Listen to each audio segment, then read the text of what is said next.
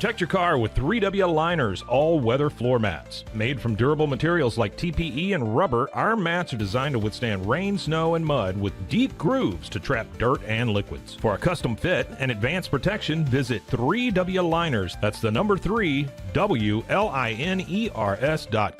today.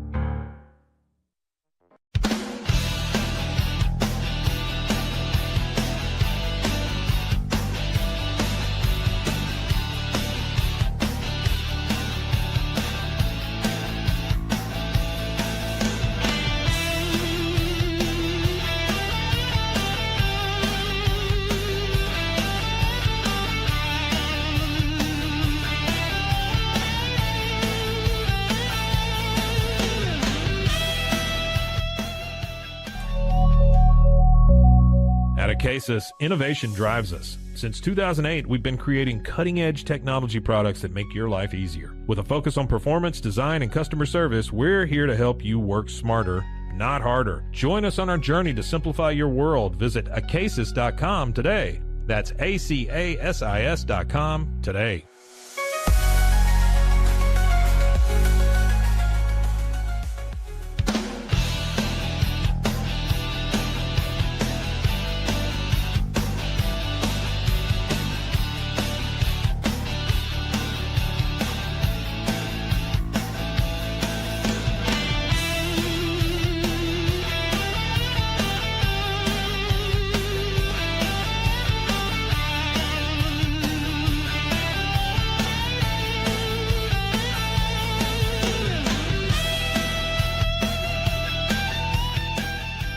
Farmhounds offers natural treats and chews made with quality products that support family farms, regenerative agriculture, and humane farming practices. Give your dog the best with wholesome, organic ingredients that promote health and happiness. Shop now at farmhounds.com.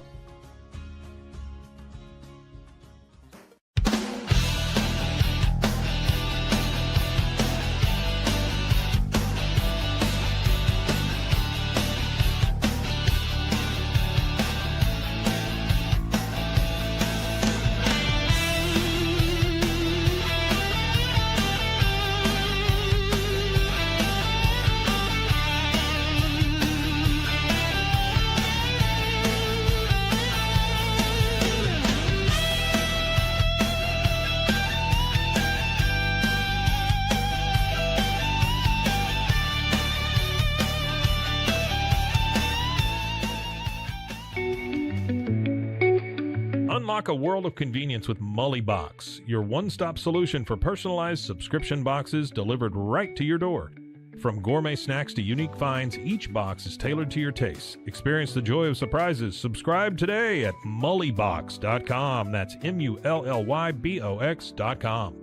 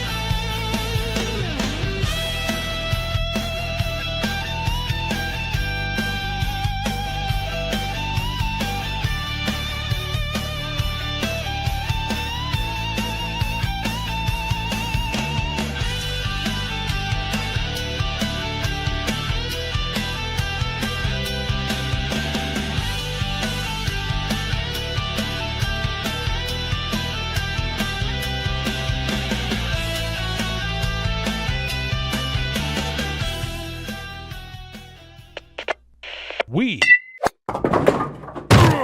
are Rogue Media Sports.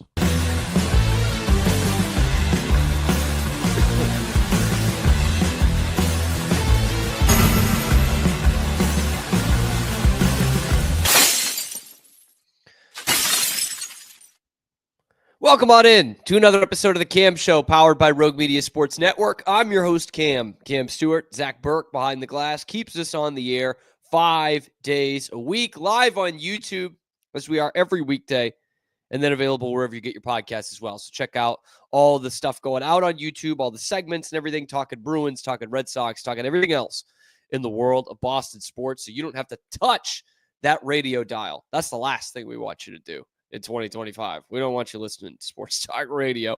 That's why we bring it to you here on YouTube every single day. Weekday, that is. I also take the weekends off. We are going to talk some Bruins, why the greatest rivalry in hockey could be back this year at a very unlikely time, but why that could start to happen. We will also talk about, speaking of rivalry, kind of a rivalry episode, Red Sox, Yankees, huge series this weekend. I'm sick of doing the same topic of here's why it's not as great as it used to be. So what we're going to do is we're going to take a look at the top 6 moments in Red Sox-Yankees rivalry lore. And some of these selections on here might surprise you, especially coming from a Red Sox fan. And then we will talk about Trey Hendrickson. Is he really available? What is the asking price? And if this is the real asking price, how have the Patriots not made that deal yet? All that and more coming up on this episode of The Cam Show. But we start where we start. And where that is in the greatest rivalry in all of hockey, okay? It's the thumbnail. It's the Bruins. That's where we're starting basically every day. And of course, today will be no different. One of the greatest travesties in the NFL the last decade, I should start that over because we're not talking about football yet. One of the great travesties of the NHL in the past decade, beyond how much they've taken fighting out of the game and what they did to Don Cherry and bringing regional blackouts in, is the fact that the greatest rivalry in the sport has gone stone cold. Every living generation of hockey fans has the era they grew up in littered with Bruins Canadiens in the playoffs, except this generation. And here's why I think that's about to change. Because much as I may hate it, the Canadiens are the NHL team I'm probably most scared of for the next 5 to 10 years. Okay, obviously, they aren't better than the Florida Panthers right now, but they probably will be in short order. They aren't better than the Leafs, but nobody's worried about Toronto. Nobody's worried about them making a run and finally winning the Stanley Cup. But what Montreal has with Martin St. Louis right now are the seedlings, the foundations of a true Stanley Cup contender. And they're all young. They're young and promising, and worst of all, they're just getting started. And they're starting to become the darlings of the league in a weird, backwards, twisted way. Right? Again, young, exciting, Hall of Fame player as their coach. One of the best buildings in the entire league, especially when the game is big. This is going to get worse before it gets better in terms of Bruins fans watching this team, but there could be a hidden silver lining in all of this. But first, let's talk about how Montreal's gotten here, okay? They're captained by Nick Suzuki, one of the most underrated players in the entire league. 3-time All-Star, none of which were last year when he had his best year of his career. Hit 89 points, better than a point a game for the first time in his career. And oh yeah, he's only entering his age 27 season. He's the captain of the team. That's where it all starts and ends. And of course, the hype is very real about the Russian sensation, Ivan Demidov, man.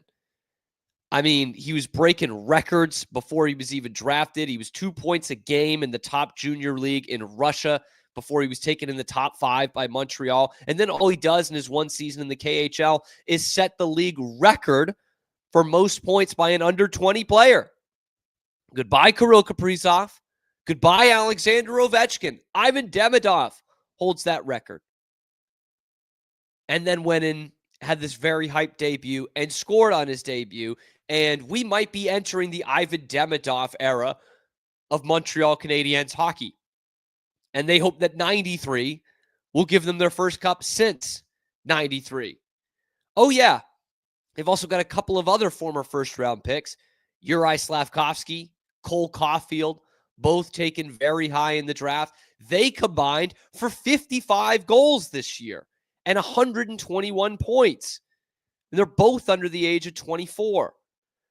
And we got to say all that before even mentioning that, oh yeah, they also had the Calder Trophy winner this year for Rookie of the Year in Lane Hutson. That's not a picture of Lane Hutson, so I'm going to take it off the screen. Lane Hutson, a Boston University Terrier, and a great one at that, just completely changed the way they played. Future face of the offensive defenseman in the NHL, 66 points, completely changed Montreal's power play. That's a name to watch out for a long time. And so you're thinking, Cam, you just told me for whatever, 5 straight minutes, how good this Montreal team is going to be for years to come. You've also told me this whole summer how bad the Bruins are going to be. How does that mean that this rivalry is coming back? That's where you need to stick with me here, okay?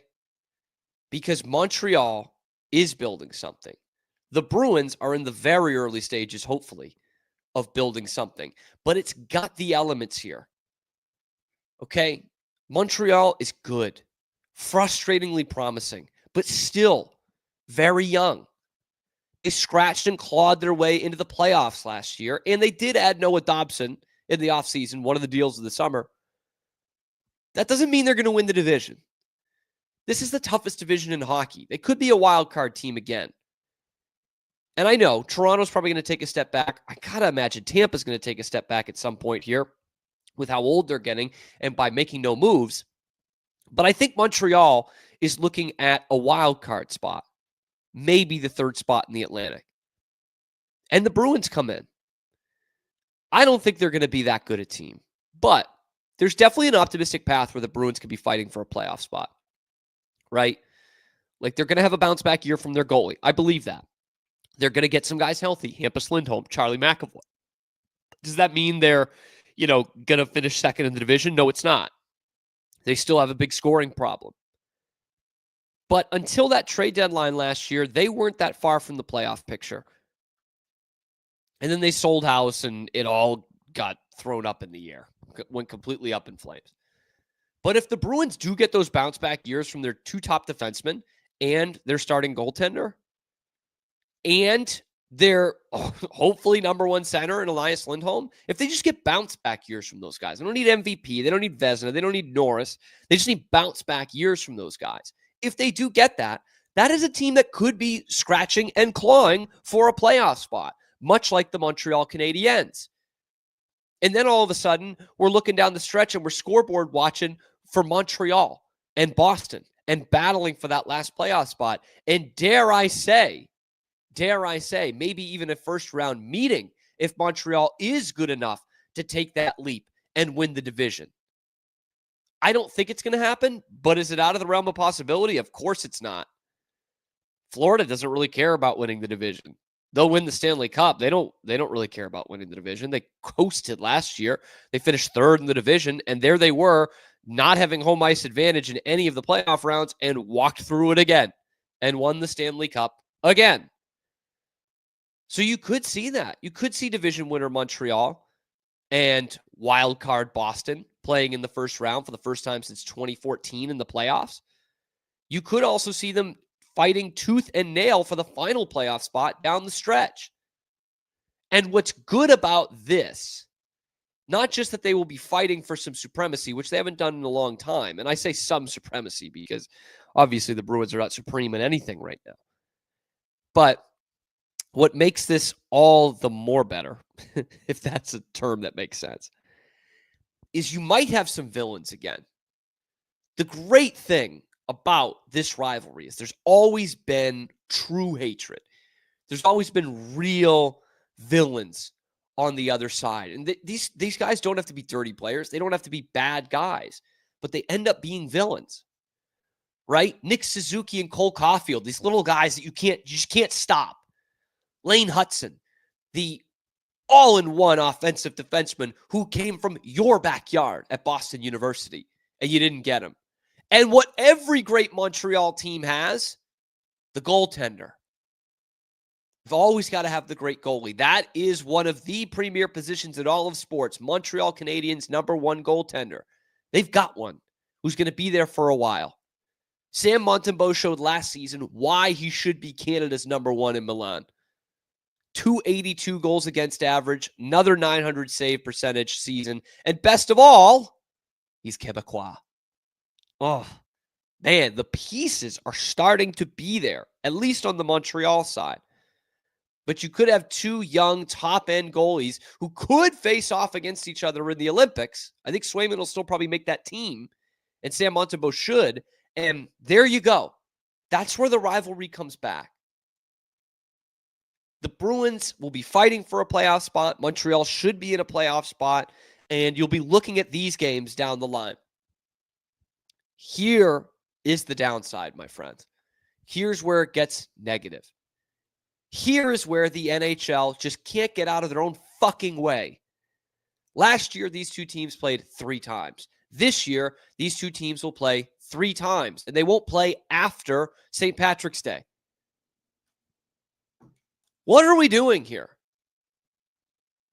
Why are we need to realign something. I don't give a shit if they never go out to Anaheim again. I don't give a shit if they don't play Winnipeg this year. You need to be playing Montreal more than 3 times. You need to be playing Toronto more than 3 times. You need to be playing Florida more than 3 times. You don't want to water down regular season like the NBA has, Gary Bettman? Then how about you have the rivals actually face each other? There's no real rivalries in the NBA. You can't save that season, that regular season. The NHL, you can. Some teams actually really don't like each other. Boston, Montreal, Boston, Florida, Florida, Tampa, Edmonton, Calgary, Edmonton, Winnipeg, Edmonton, Vancouver, LA and Edmonton, Vegas and LA. Instead, you have them face off 3 times a year. What a joke, man. How are we going to get rivalries back into this league? Here's how you should do it. Have those teams face off 6 times a year in their division.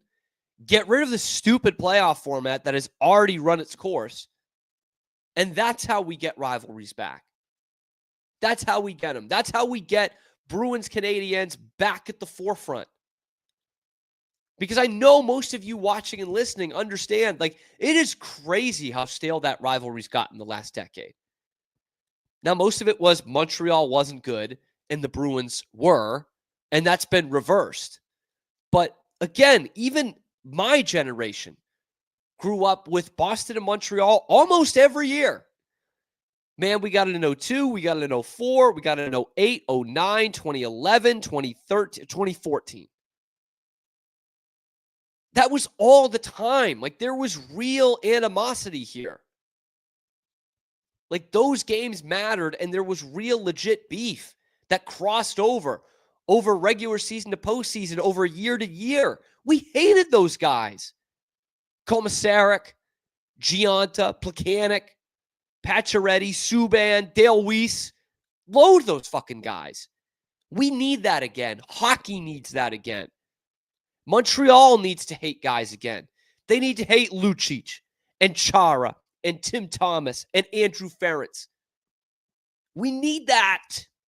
The NHL needs that. Hockey needs that. These two markets need that. Montreal wants to take that next step and be true Stanley Cup contenders. How much would it mean to that city if they're knocking the shit out of Boston a couple of times a year? Not 3, but 6. Boston, what do we have to root for this year? A legit beef with the Canadiens? I mean, I'm talking about how the Bruins suck and the Canadiens don't, but they weren't that far off last year for most of the season. It's not like there's entire leagues between these two teams. Can we please get this back? Please. It's so simple. Have them play 6 times, not 3. And Lord have mercy if the Bruins somehow get into the postseason this year and they face off against the Montreal Canadiens. It's exactly what we need. I only know words in French because I was trying to look up on Google Translate how to call Carey Price a pussy. It's chat. It's the same word for cat, in case you were wondering. What does it take for Bruins Canadiens to be the best rivalry in hockey again? And how should Gary Bettman make this happen? Let me know in the comment section below. Be sure to like the video, subscribe to the channel. If you don't think this is the greatest rivalry in hockey, please let me know what is in the comments below. Like and subscribe. Help us get to 4,000 subscribers. We're pretty close, guys.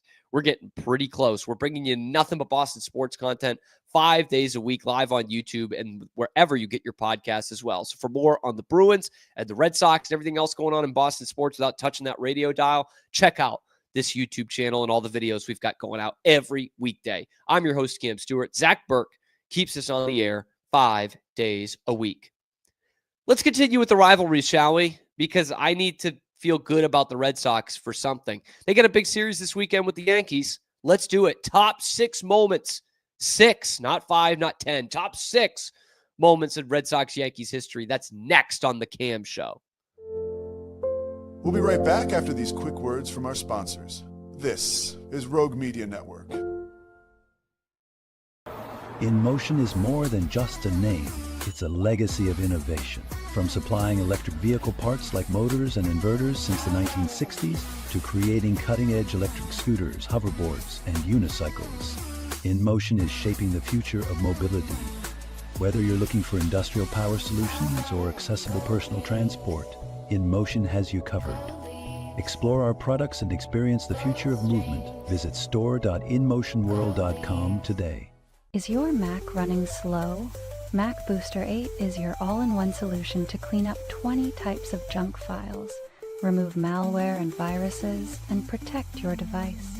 It also optimizes your Mac's hard disk, fixes disk permission issues, and cleans memory, all to boost your Mac's performance to the max. Get your Mac running like new again with Mac Booster 8. Visit macboost.net today. Finding a sleep sack that my baby likes has been a struggle. The sleep sack from Joy is a major upgrade. It is all natural eucalyptus, which is breathable and hypoallergenic, which is really great for your baby's sensitive skin. And it's made with Climatech, which regulates your baby's temperature. You can also get Joy's crib sheets, which are made of the same super soft material. Joy gave my baby comfort and gave me peace of mind. At Mapiful, we believe in celebrating your journey, past, present, and future. Our unique personalized products are designed to boost your confidence, elevate creativity, and honor what matters most. From custom home decor to meaningful gifts, we help you cherish the memories that make you who you are.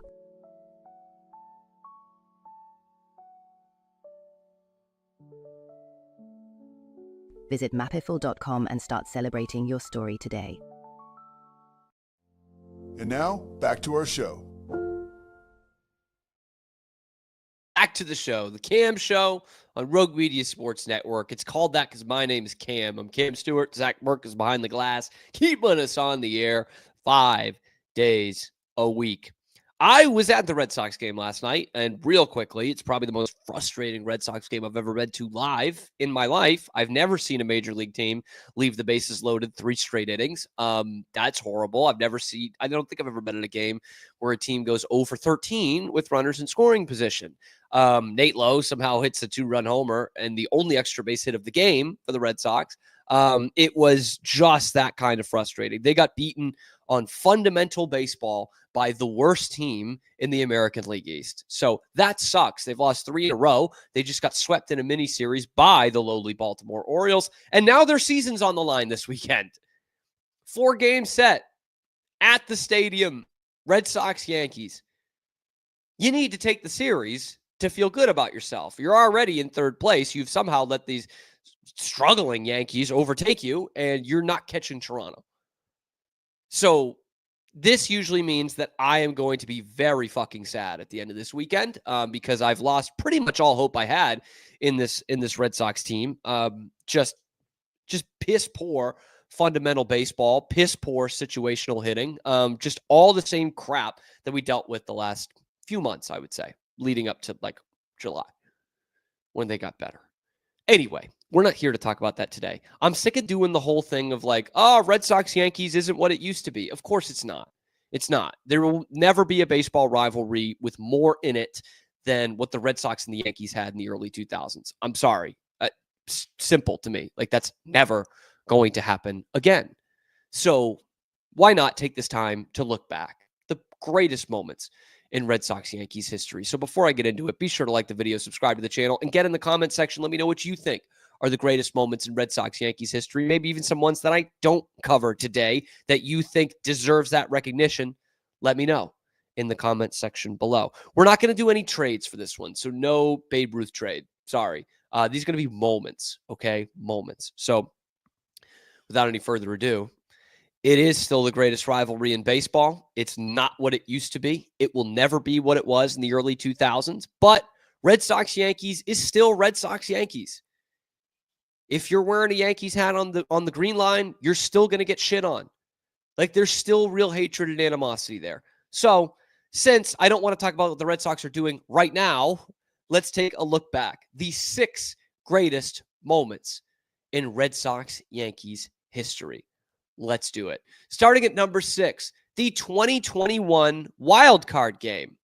This might seem like a little bit outside the box. I don't think a lot of people really remember this one because the Red Sox didn't go on to win the World Series or anything, but this one is slept on. This had a lot of intrigue to it. It wasn't the closest game, but it did have a lot of intrigue to it because the Yankees were trying to pull some shit that just didn't work. Remember, this almost came down to a 1-game tiebreaker regular season game before the wild card game. And if it had come to that, the Yankees were going to get the option of where to play the game. And they said publicly, we were going to pick Fenway. They said it before the game. We want to play the game at Fenway Park. We want to beat them there. And I think that really lit a fire under this Red Sox team's ass. Remember, the Yankees kind of talked shit in 2018 with the boombox and everything, and it didn't work out there either.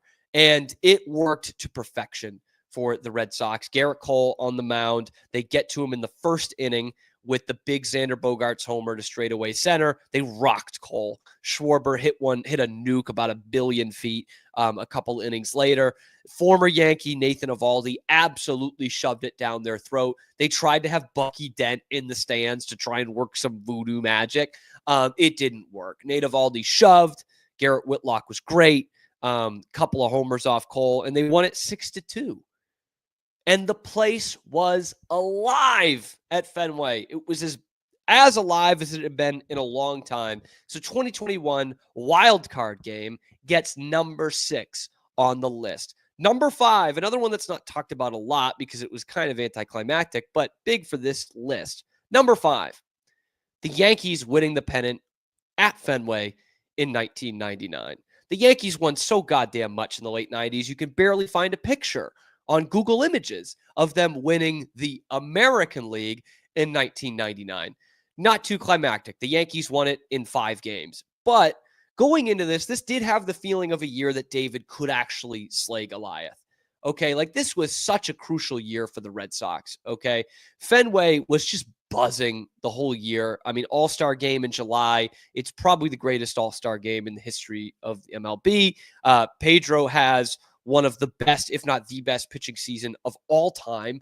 And remember, they were down 2-0 against the Indians. The Red Sox were a much better Indians team, and they rallied to win that series, and Pedro has the 6 no-hit innings in Game 3. Like, this was storybook stuff.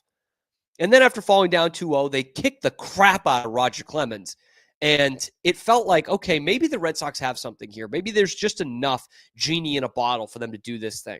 But the Yankees were the Yankees. They were too damn good. They ended up winning the next 2. They win it in 5 games, including, I think it was 6-1 in the final game. Like, they really had them. And, you know, winning the World Series was definitely more important to that core and that team, all the World Series that they won.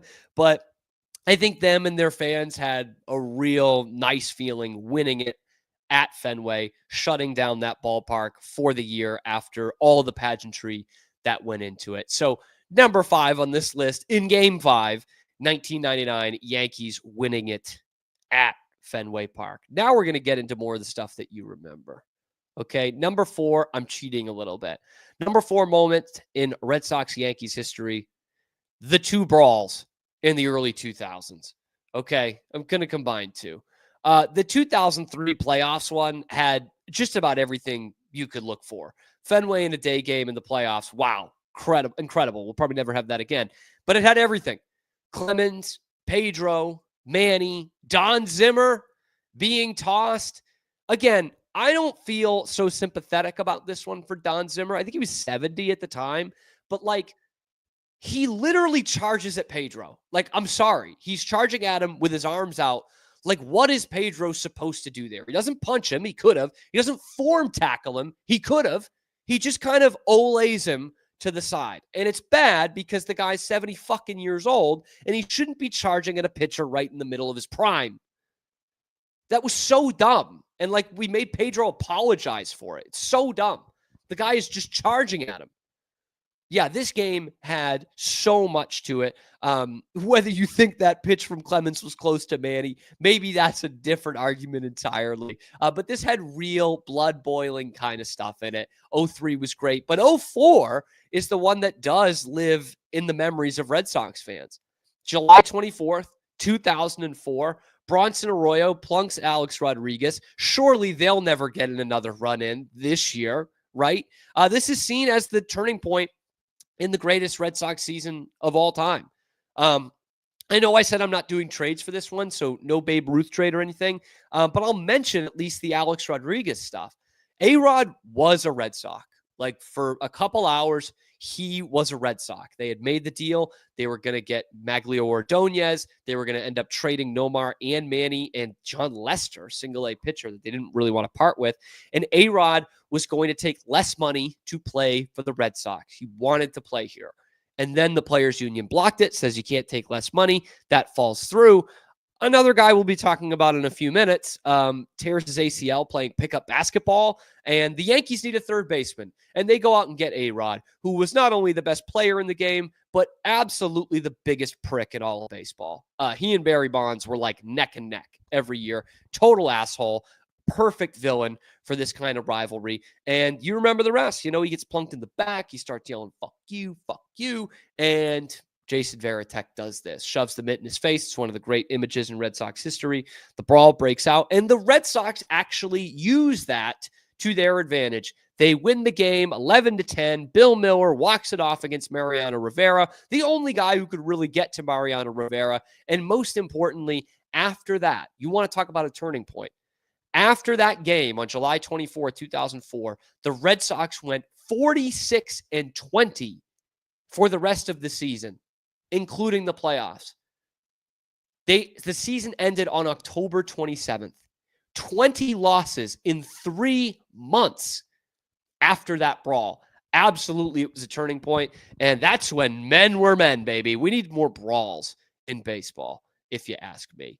At number 3, we're going to start getting some Red Sox pain here, really. At number 3, Bucky bleeping Dent, 1978 one-game playoff. This is an interesting one from the Red Sox perspective because this should have been one of the all-time great Red Sox teams. Like, this 78 should have been one of the teams that we hold in the highest regard. It's still probably one of the most talented Red Sox teams they've ever had. Okay, and I know that summer of 78 was when Red Sox fans were really believing this could be it. They're 3 years removed from being one win away from the World Series.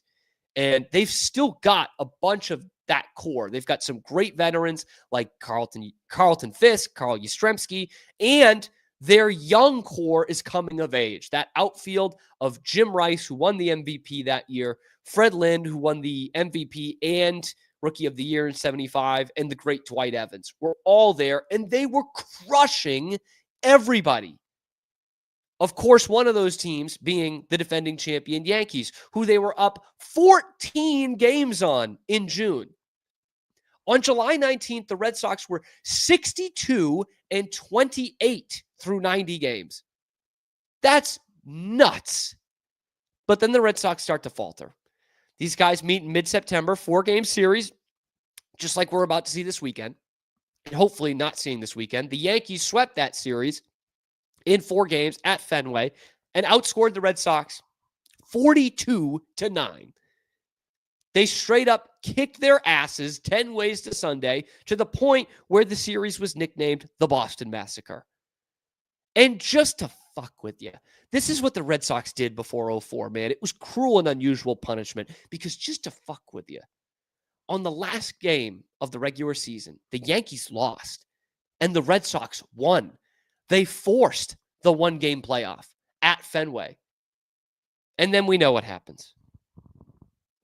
Bucky Dent, after breaking his bat, taking a long time. Mike Torres kind of gleaming off into the air. Bucky Dent hits a 3-run homer, and the Yankees win the ball game. It was one of 40 career home runs that Bucky Dent hit in his 12-year career. He becomes forever linked to the Red Sox. People forget, like, he was a duster of a player, but he did win the World Series MVP. So he rode that momentum into the 78 series. Ironically, he becomes the manager of the Yankees, and he gets fired in a series at Fenway Park. And as I mentioned, they try to bring him back into the stands in 2021.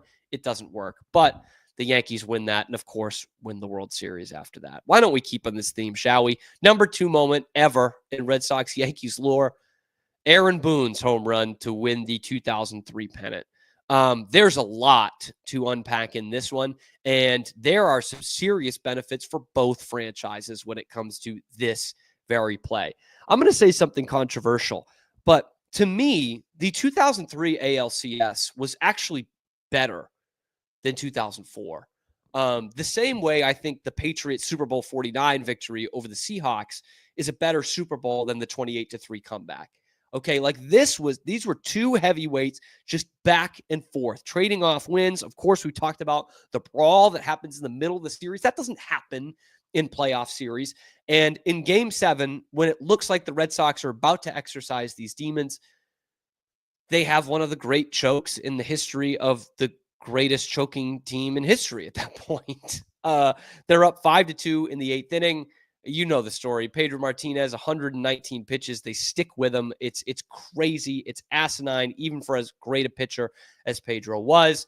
The Yankees come back and tie it. And then in the 12th inning, Aaron Boone, on the first pitch of the inning, hits the walk-off home run to send the Yankees to the World Series. It's there for posterity. It's one of the great moments in Yankee history. It's very emotional. Mariano's crying on the mound. It's a tough moment for the late, great Tim Wakefield. And it's all great for the Yankees at that point until it's not, because they lose the World Series. Future Red Sox great Josh Beckett tosses a complete game shutout as a 21-year-old at Yankee Stadium in Game 6. And the Yankees have only won 1 World Series since. The Red Sox have won 4. And one of the great moves ever for the Red Sox in this day and age is the fact that Aaron Boone hit that home run, because he becomes a celebrity. They get A-Rod because Boone tears his ACL playing pickup basketball. And then Aaron Boone basically becomes manager of the Yankees 15 years later, solely based on this home run. And he's a bad manager, and that's great for the Red Sox. But without any further ado, of course, number 1, October 20th, 2004, the Red Sox win Game 7 at Yankee Stadium, complete the greatest comeback in the history of sports. I won't go through like the entire series here, but I think it is important to realize the context of it. Like, it just doesn't make any sense, and we haven't really seen anything close to it in baseball or sports since then. Like, one team completely holding the advantage over the other for basically a century and having it completely flipped around on them in the most hilarious way possible. Of course, what's interesting about this one is Game 7's anticlimactic. The Red Sox win it 10-3.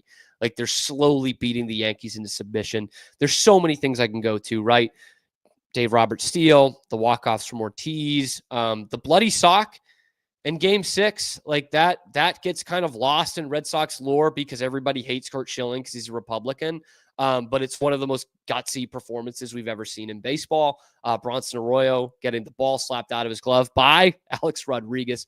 Of course, there's nowhere else we could go but 2004. I mean, it's truly one of the great moments in baseball history, not just Red Sox history.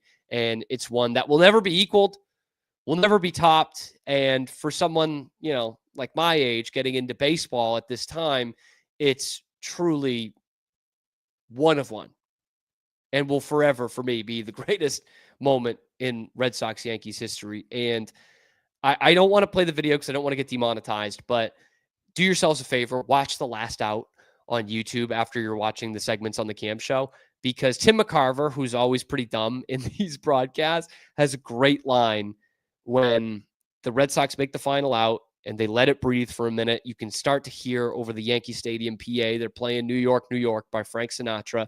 And Fox pans to the greatest bar in Boston, and the place is just going bananas, limbs. They're throwing up napkins and beer. And Tim McCarver just says, they'll spread the news all right. After Frank Sinatra says, start spreading the news. It gives me goosebumps every time to watch it. And it gave us the greatest headline in the history of the New York Daily News, which is just beautiful. The chokes on us. I waited like 15 years to find that on eBay. It's not going anywhere. That's the greatest moment in Red Sox Yankees history, according to me. But let me know what you guys think down in the comment section below. Be sure to like the video, subscribe to the channel. It's completely free, and we're so close to 4,000 subscribers. We want to see you be a part of it. It's nothing but Boston Sports Talk 5 days a week, live on YouTube at noon Eastern time, and then wherever you get your podcasts as well, so you don't have to touch that Boston Sports Talk radio dial. We don't want you to do that. I'm your host, Cam Stewart. Zach Burke keeps us on the air 5 days a week. Check out the other videos on the channel, talking Red Sox, a lot of Bruins, everything else going on in the world of Boston sports. Coming up next, we're going to talk Patriots a little bit. Are they going to make the blockbuster move for one of the best players in the entire league at his position? It's not Micah Parsons, but it's one they should really do. That's coming up next on The Cam Show. We'll be right back after these quick words from our sponsors. This is Rogue Media Network. Maud Lily is your go-to for stylish and affordable fashion that fits your life. Whether you're looking for the perfect swimsuit for a beach day, a chic dress for a night out, or cozy tops for everyday wear, Maud Lily has it all. Their extensive collection of swimwear, including bikinis, tankinis, and one-pieces, always keeps you on trend, while their dresses and tops come in flattering styles for every occasion. Visit maudlily.com today. Natural Cycles identifies your fertile window by analyzing changes in your temperature. It's the first FDA-cleared birth control app. No hormones, no side effects, and 93% effective with typical use, and 98% effective with perfect use. Just measure in the morning, add your temperature into the app, then learn which days you can and cannot get pregnant. It's that easy. Learn more at naturalcycles.com. A house is a property, but we live in homes. Home sweet home. Homes where the heart is. Home. There's no place like it. Homes are filled with memories and emotions. OfferPad knows this is your home, not your house. That's why we do what we do. Every day, we aim to deliver the best home buying and selling experience so you can spend less time real estating and more time living.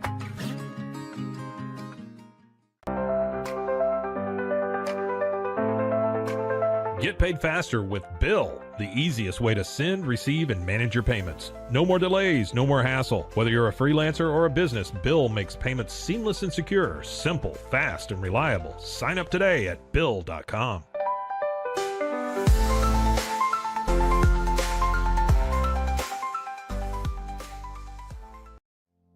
And now, back to our show. Yes, back to it. It's the Cam Show, Rogue Media Sports Network. I'm your host, Cam Stewart, Zach Burke, keeping us on the air, as he does every weekday, without question. Live at high noon Eastern time on YouTube every weekday, and then wherever you get your podcasts as well. We have talked a lot of Red Sox Yankees. We talked Bruins Canadiens, the rivalry episode. Now let's talk some Patriots, okay? Because rumors are swirling out there, and it's ones that I think should get Patriots fans pretty titillated to see who they could be making a move for. Okay? Let's hop right into it, shall we? The Patriots are coming off a season where they had the worst pass rush in the NFL, among other things. One of the very best pass rushers in the league is now on the trading block. So my question is, the Patriots kind of have to get Trey Hendrickson, don't they? Like, he's out there.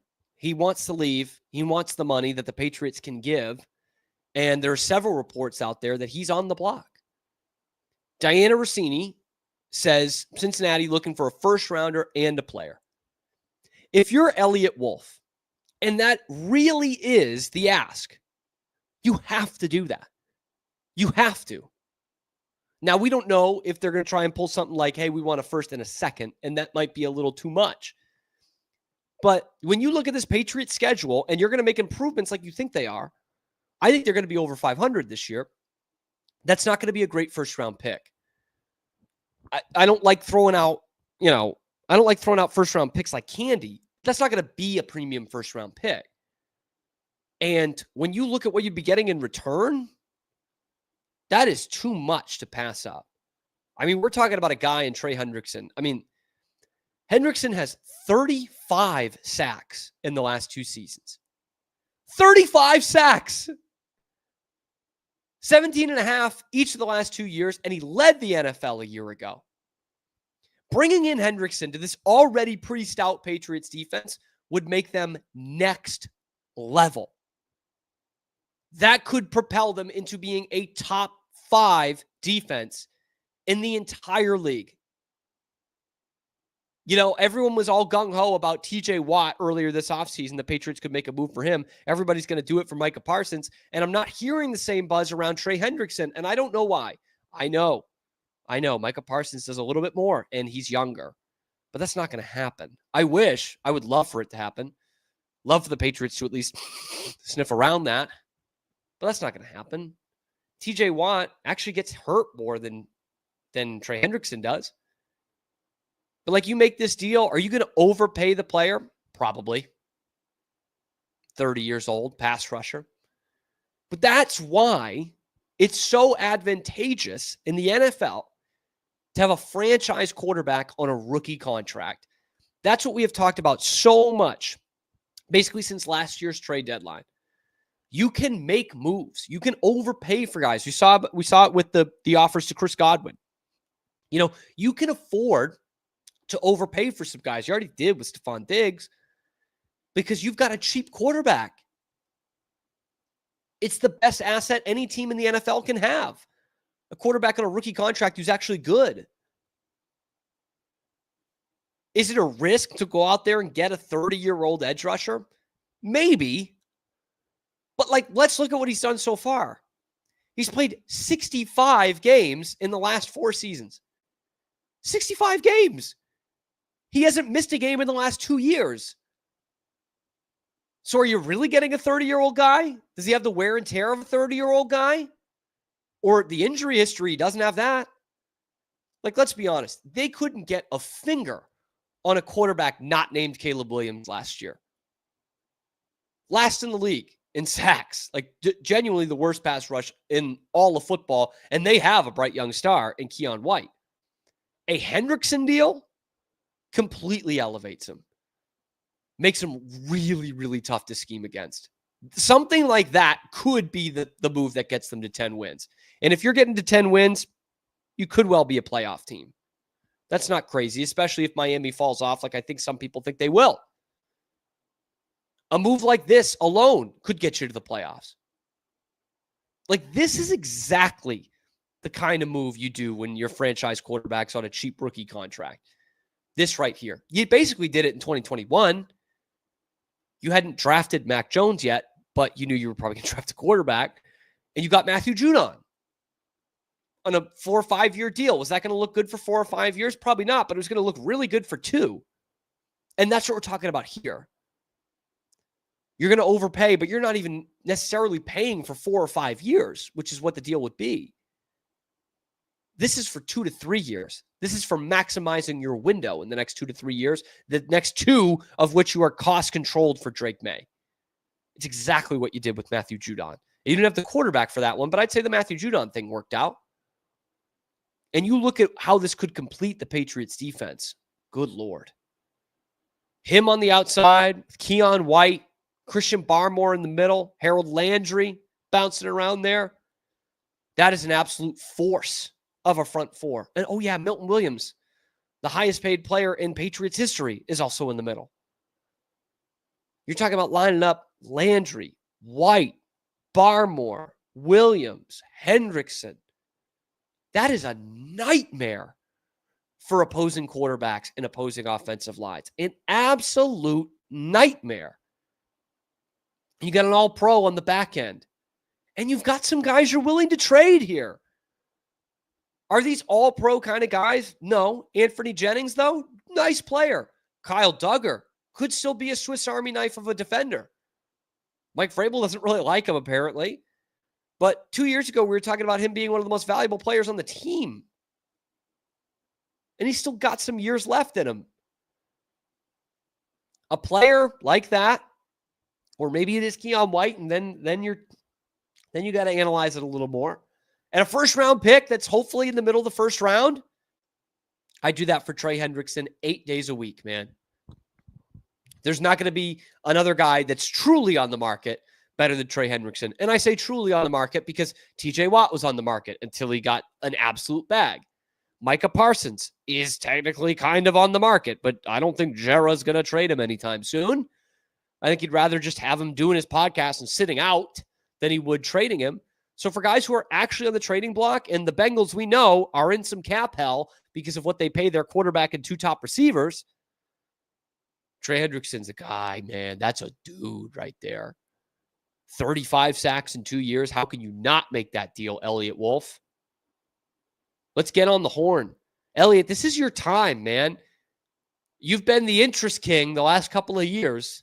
You know, everyone's been laughing you off the phone and hanging it up. Now is the time. If this is legit and this is what the offer is going to look like, there's no excuse for the Patriots to not go out and get Trey Hendrickson and make them a playoff team with one move. But let me know what you think in the comments section below. Should the Patriots go after Trey Hendrickson? What's the asking price actually going to be? Why or why not? Let me know in the comments section below. Like the video, subscribe to the channel. It's completely free. Helps me keep my job and keeps us on the path towards 4,000 subscribers. We are here every weekday live at high noon Eastern time on YouTube and wherever you get your podcasts as well. So you don't have to listen to Boston Sports Talk Radio. You're welcome. Check out the other videos on the YouTube channel talking Patriots, Red Sox, Bruins, everything going on in the world of Boston sports. I'm your host, Cam Stewart. Zach Burke keeps us on the air. We will see you tomorrow on another edition of a little ditty that we like to call The Cam Show.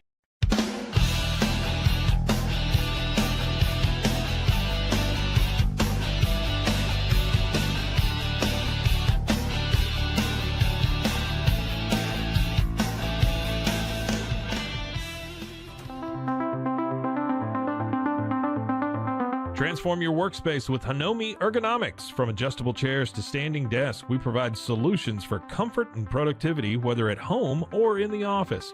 Improve your posture, reduce strain, and work smarter. Visit us at hanomi.co today. That's HINOMI.co today.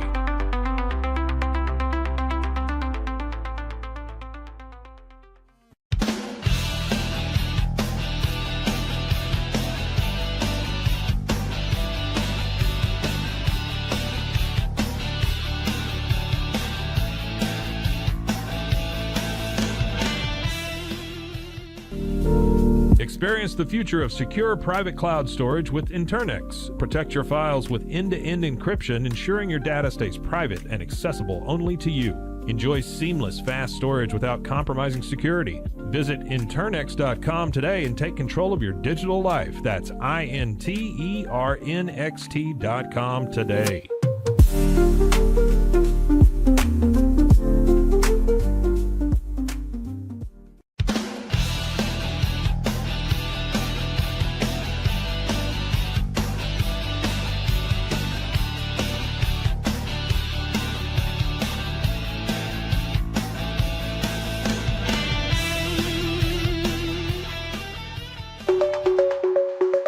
Protect your online privacy with NordVPN. Browse securely, access content from anywhere, and keep your data safe with military-grade encryption. Whether at home or on the go, NordVPN ensures your digital freedom. Stay secure. Download NordVPN today at nordvpn.com. That's NORDVPN.com.